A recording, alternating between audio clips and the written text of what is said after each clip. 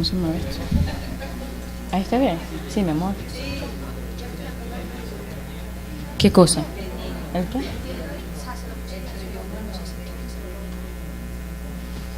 No, es que yo no me siento ahí. Quita ese nombre porque yo no me siento ahí.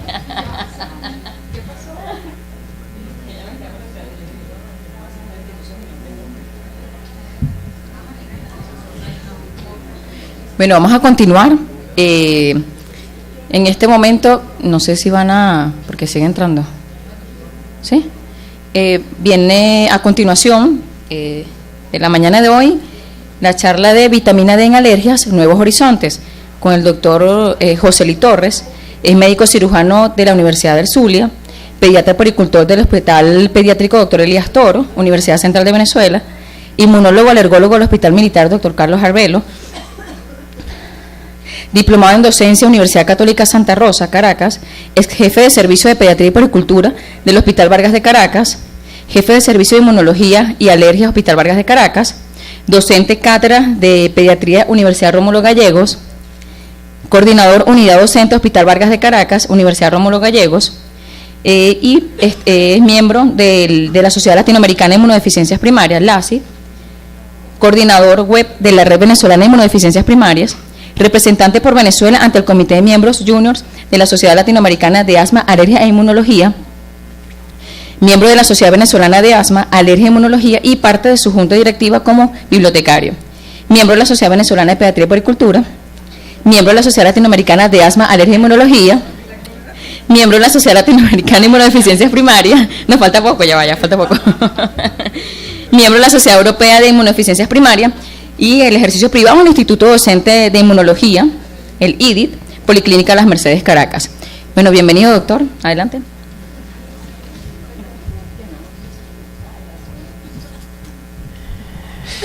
Bien, bueno, muchísimas gracias por la presentación. Buenos días a todos. Muchísimas gracias al comité organizador por haber pensado en mí, por invitarme. De verdad que me siento muy honrado de estar entre ustedes. Siento que estoy en casa porque la mayoría de ustedes trabajamos juntos, nos conocemos, somos amigos. Y bueno, la idea es que compartamos un poco los conocimientos, lo que tenemos, lo que sabemos, lo nuevo, para que todos trabajamos juntos y hagamos una mejor clínica. Entonces, les quiero, bueno, conflicto de intereses, ya la doctora lo leyó. Les quiero comentar, bueno, primero, el conflicto de intereses es una cosa muy importante y es que esta conferencia no está patrocinada por ningún laboratorio, ¿ok?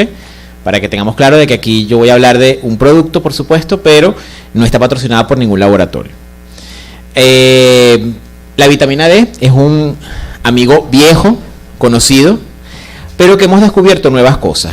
Esta amiga vitamina que todos la conocemos desde hace muchísimos años y sabemos que tiene un papel fundamental en lo que es la salud ósea, en la salud mineral y en la fijación del calcio y todo el cuento y el ideos y la cosa y el calcio con vitamina D y todo ese cuento que sabemos. Pero resulta que ahora sabemos que hay otras cosas que hace también. De hecho, hoy en día sabemos que se comporta más como una hormona que como una vitamina.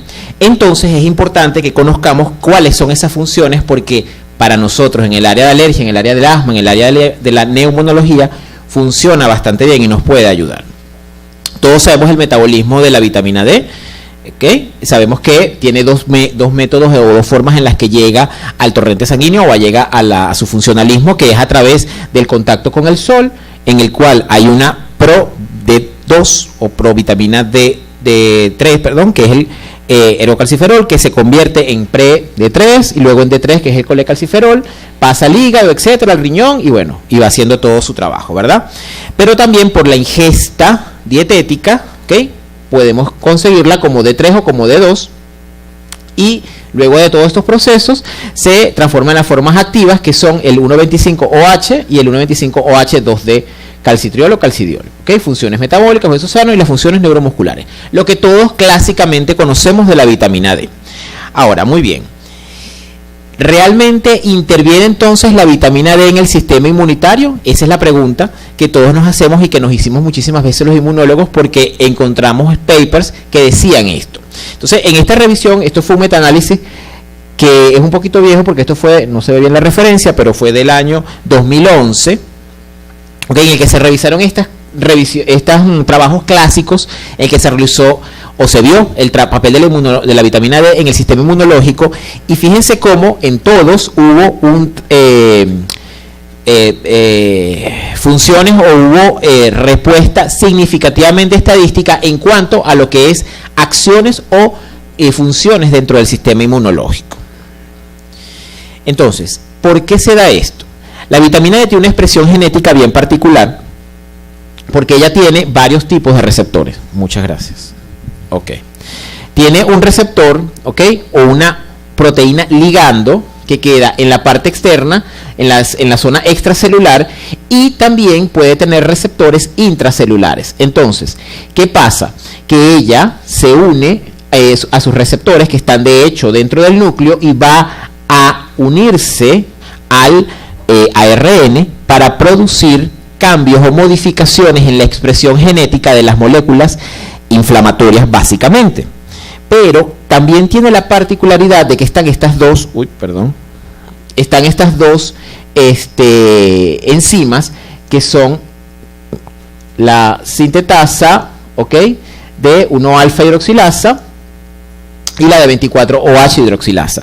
¿Qué hacen esas enzimas? Cuando hay un exceso de vitamina D, D3, que es la forma activa, la pasan a D2, de forma tal que se excreta nuevamente hacia el medio extracelular, y entonces no hay un peligro real de que haya un evento fortuito porque haya un exceso de vitamina D. Es decir, que lo que es el exceso, el metabolismo acelerado, etcétera, es muy muy raro, porque la capacidad, todas las células tienen la capacidad de producir esta sintetasa o esta enzima que degrada la D3 a D2 para llevarlas a forma inactiva, ¿sí? Pero por otro lado, también puede producir haber síntesis cuando hay necesidad de ella. La D2 se puede transformar a D3 cuando hay necesidad de ella, porque también hay una sintetasa. Entonces, el metabolismo de la vitamina D es bien particular porque la misma célula lo puede regular, y prácticamente todas las células del sistema inmunológico y muchísimas células de la economía del cuerpo tienen estas enzimas.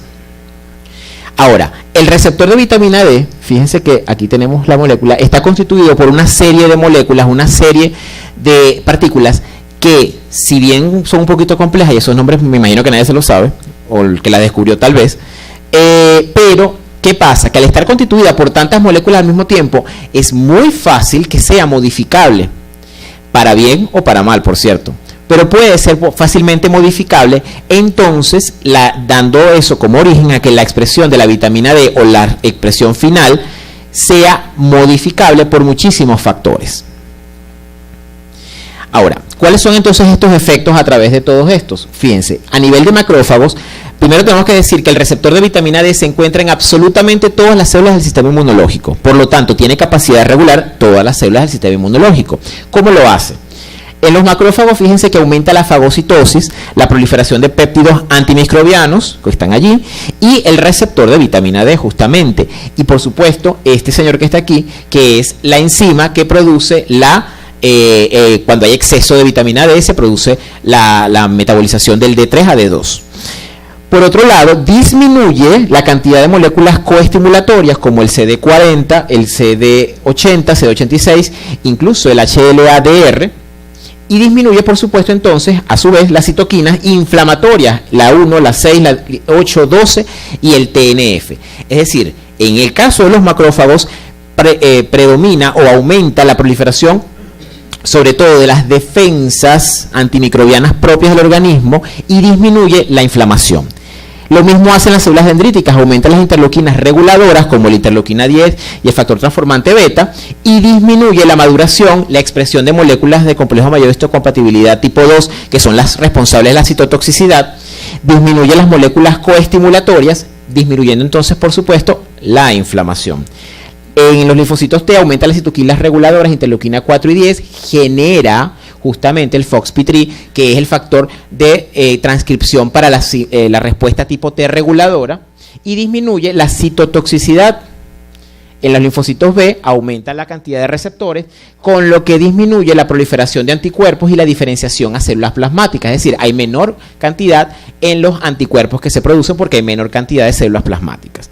Entonces, ¿por qué es importante todo esto? Porque todos conocemos esto, la progresión de la enfermedad alérgica, y que lleva, por supuesto, una sensibilización, expresión clínica, luego una inflamación crónica y un remodeling tisular.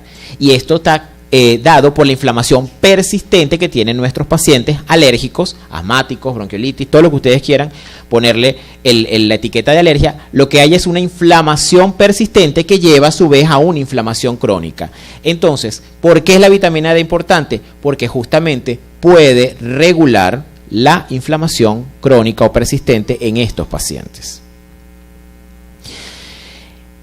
Epidemia mundial de alergia, yo creo que esto no les voy a dar clases a ustedes sobre esto, ustedes lo manejan, incluso creo que hasta mejor que yo. Sabemos que han habido en los últimos años un incremento de lo que es la expresión de enfermedades alérgicas, ¿okay? Incluyendo por supuesto el asma, como digamos que la banderita de todas estas patologías, tomando en cuenta que hay asma alérgica y no alérgica, pero la alergia se ha incrementado en los últimos años. Muchísimos factores pueden estar asociados, ¿okay? Como por ejemplo el aumento de lo que es la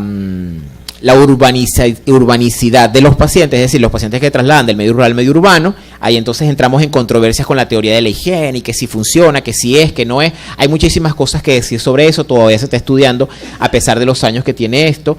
El hecho de que haya contaminación de manera importante, metales pesados, contaminantes, hidrocarburos, etcétera, todo eso ha contribuido de una u otra manera a que haya una mayor cantidad de alergias, y ustedes en sus consultas, en su práctica diaria lo pueden ver, que hay mayor cantidad de pacientes que consultan con problemas alérgicos.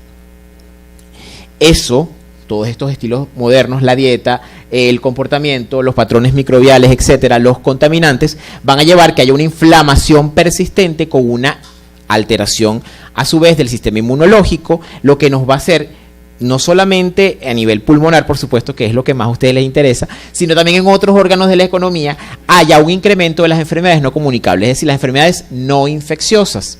¿Okay? Eso, por supuesto, es lo que se cree que ha producido esta epidemia, por llamarlo de alguna manera, de asma y de enfermedades alérgicas a nivel mundial. Porque lamentablemente todo esto nos ha llevado a una inflamación persistente del sistema inmunológico o del cuerpo realmente, que nos lleva a que tengamos persistentemente inflamado nuestro sistema, y la respuesta evidentemente es anómala. Entonces, si recordamos la epigenética, ¿ok? Recordamos que la epigenética, me imagino que la doctora Marieli en la charla anterior lo mencionó, la epigenética, que es la alteración de los genes o de la expresión genética de nuestros cromosomas a través de factores ambientales, anticuerpos, la dieta, el microbioma intestinal, etcétera. Todo eso puede modificar la expresión genética. Entonces, hay cambios. Por ejemplo, la desmetilización del promotor del interferón gamma, eso promueve el desarrollo de respuesta tipo TH1. La diferenciación a T-regulador se da porque hay desmetilación del locus FOXP3, que lo dijimos anteriormente, y la respuesta tipo TH2 se promueve por una desmetilización del promotor de interleuquina 4 y acetilación de histona gata 3. Es decir, son diferentes cambios epigenéticos que se pueden dar a este nivel y que están mediados por todos estos componentes inflamatorios, que nos van a llevar a que nuestros linfocitos estén persistentemente produciendo citoquinas inflamatorias. Entonces, ¿cuál es la correlación real entonces, viendo la parte estadística, entre la deficiencia de vitamina D y alergias? Porque la alergia y la insuficiencia de vitamina D comparten ciertos factores de riesgo, como por ejemplo la obesidad, la etnicidad, en afrodescendientes es más frecuente ambas patologías, la migración hacia las áreas industrializadas o occidentalización de las costumbres, y la disminución de la exposición solar. Estas son características que tienen los pacientes asmáticos y los pacientes alérgicos, y también los pacientes que tienen déficit de vitamina D.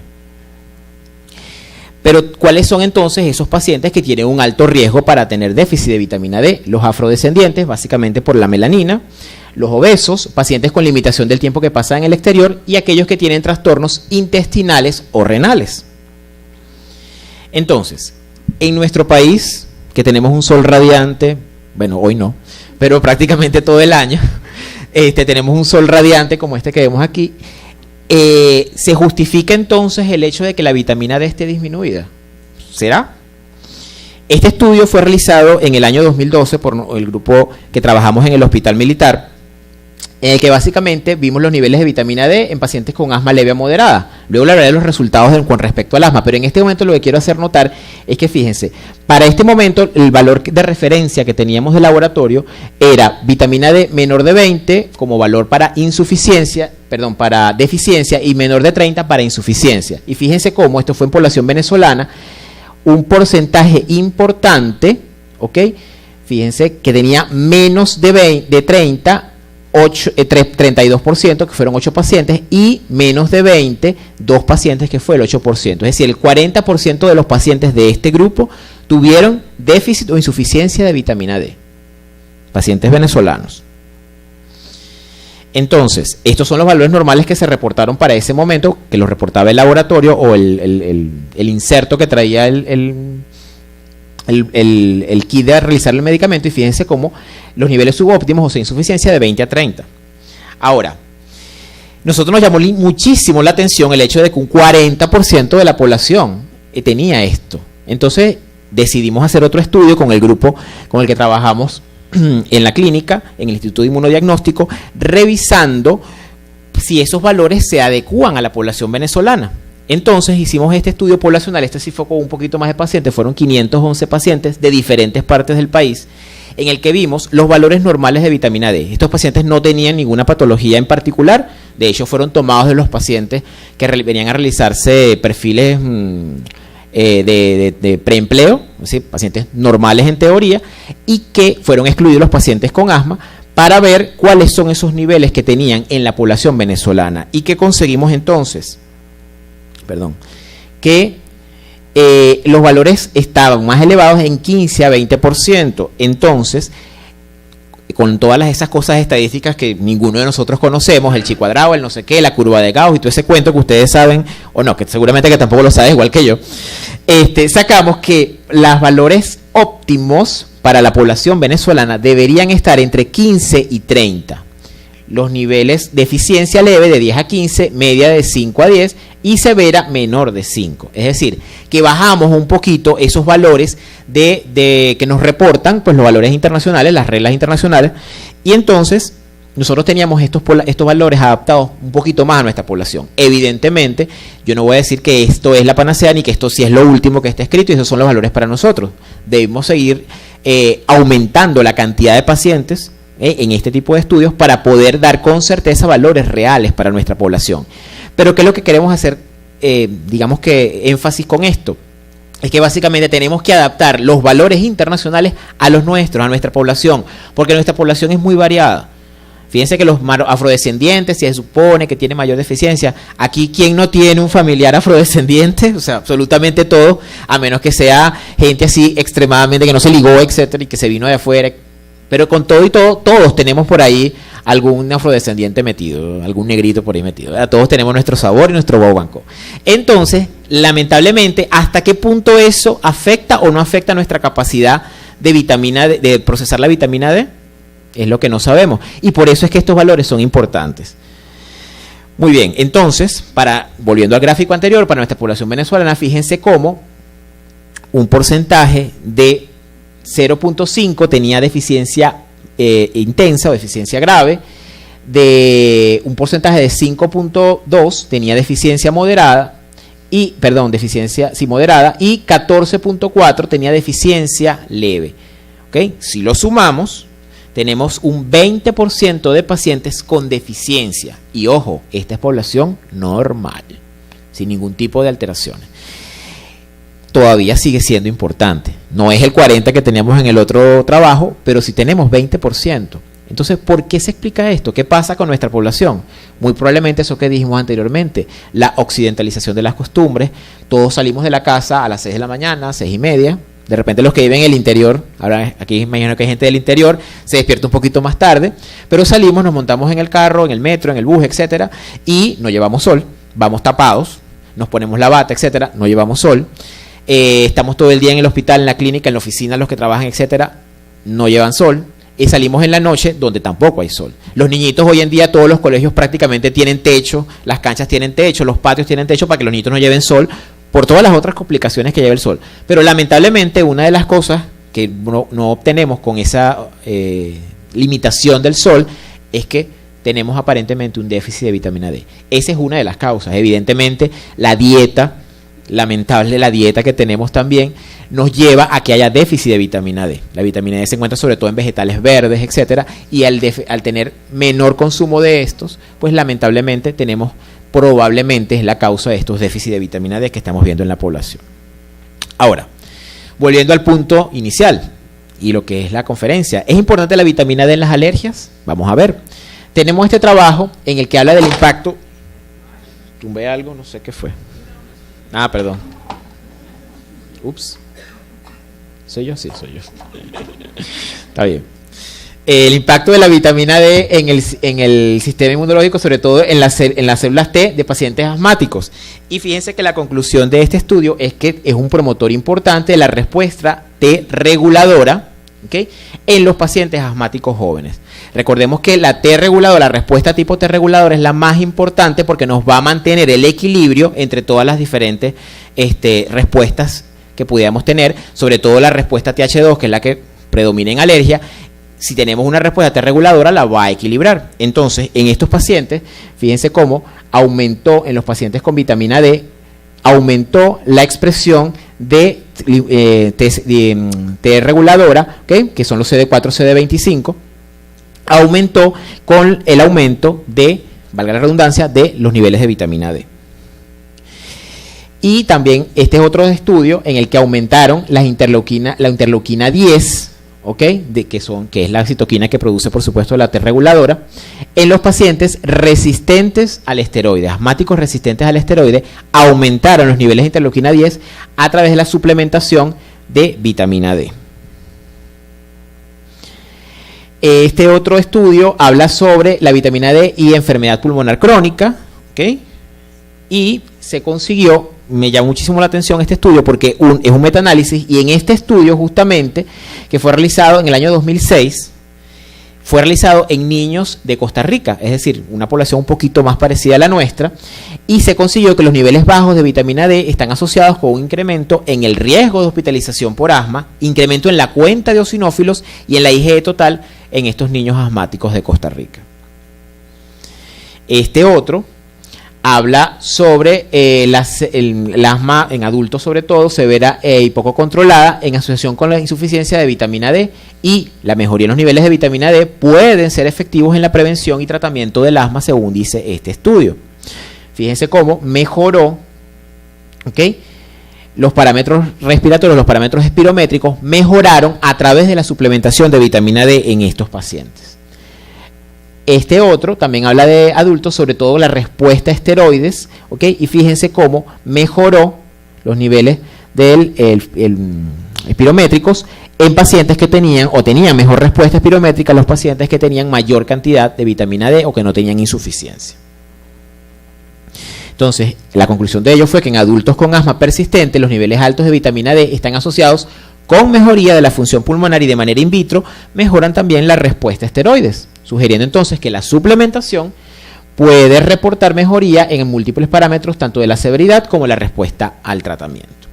Ahora, este estudio habla sobre todo en mujeres embarazadas y la prevención de las sibilancias en niños, y al aumento del ingesta de vitamina D durante el embarazo, según este estudio, puede disminuir el riesgo de sibilancias en lactantes. Eso también hay que tomarlo en cuenta.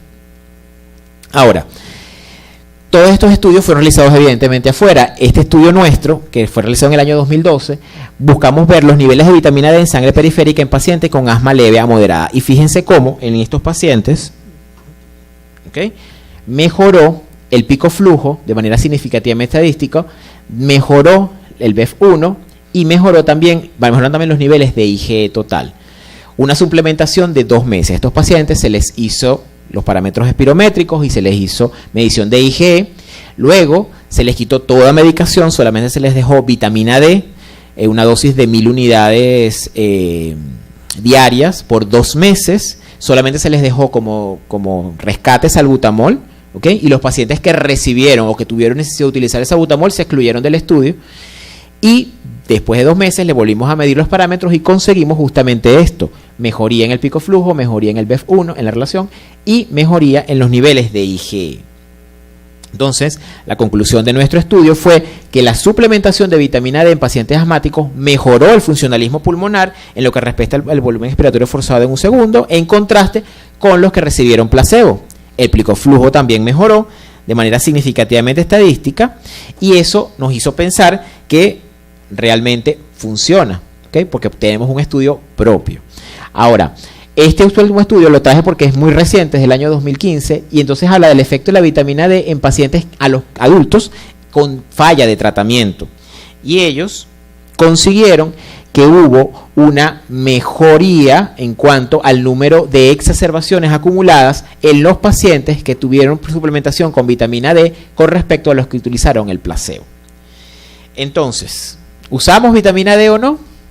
Ahí queda cada uno la pregunta, porque lamentablemente todavía un panel de expertos del Instituto Nacional de Medicina de la Academia Nacional de Ciencias de Estados Unidos determinó que todavía, según ellos, no hay suficiente evidencia para recomendar la suplementación con vitamina D, excepto para las indicaciones musculoesquetales. Sin embargo, esto, aun cuando es contradictorio con lo que les he venido diciendo, se los traigo porque esto tiene que llevarnos a la reflexión de que, número uno, no todo lo que está escrito es cierto, y que tenemos que seguir haciendo estudios sobre esto, tenemos que seguir haciendo énfasis en esto, porque los estudios lamentablemente que tienen la limitación del espacio y del tiempo, y la limitación, por supuesto, del número de pacientes. Entonces hay que hacer estudios más amplios con mayor cantidad de pacientes para que esto sea aceptado como tal, para que sea aceptado. Sin embargo, la evidencia, aun cuando es una evidencia un poco escueta, pero está la evidencia de que esto funciona, y la práctica clínica creo que es importante, aun cuando según la escala Grade y todo lo demás, la experiencia clínica no es tan importante, tiene un menos grado de aprobación. Sin embargo, ustedes saben perfectamente que la experiencia clínica es importante. Entonces, lo que nosotros hemos visto hasta ahora, y lo demostramos con los estudios nuestros, es que la vitamina D realmente funciona como coadyuvante. Entonces, en conclusión, el uso de vitamina D como coadyuvante, por favor, no es el tratamiento, es un coadyuvante. En el tratamiento del asma o enfermedades alérgicas tiene que ser evaluado en estudios multicéntricos con mayor cantidad de pacientes y tiempo a fin de ratificar los resultados que nosotros obtuvimos. A pesar de nuestras condiciones climáticas, hay un porcentaje importante de insuficiencia, y esto es bueno saberlo porque no todos los pacientes tienen los niveles adecuados, incluso deficiencia producto entonces de los cambios en las condiciones de vida de la población. Es importante entonces determinar los valores de la vitamina D dentro de nuestra población para determinar la validez de los resultados, y la dosis, que no lo toqué, debe ser sometida a escrutinio, porque la dosis realmente es algo muy puntual. Lo que hay disponible en el mercado venezolano son suplementación de 400 y de 1000, ¿ok? Eso es lo que hay disponible, por lo tanto lo que utilizamos es 400 y 1000. Sin embargo, hay estudios que han sido realizados con 2000 unidades, incluso con 3000, hay uno que se realizó en Malasia con 3000 unidades. Realmente los resultados no han variado mucho, o sea, la mejoría se ve tanto con 1000 como con 3000, ¿no? Entonces, la dosis que nosotros regularmente utilizamos es 1000 unidades, porque es, digamos, que la dosis un poquito más estándar, y es lo que los estudios han arrojado en eso. O sea, la mayoría han utilizado 1000 unidades, entre 1000 y 2000. Pero hay que someterle a escrutinio, evidentemente. ¿Sí? Ahí están mis contactos. De verdad que muchísimas gracias por la atención. Estoy abierto a todas las preguntas que ustedes tengan a bien hacerme, porque sé que esto es un tema controversial y que genera muchísimas dudas y muchísimas cosas al respecto. No sé si las preguntas es después, me imagino, ¿no? Al final entonces hacemos las preguntas. Muchísimas gracias por la atención.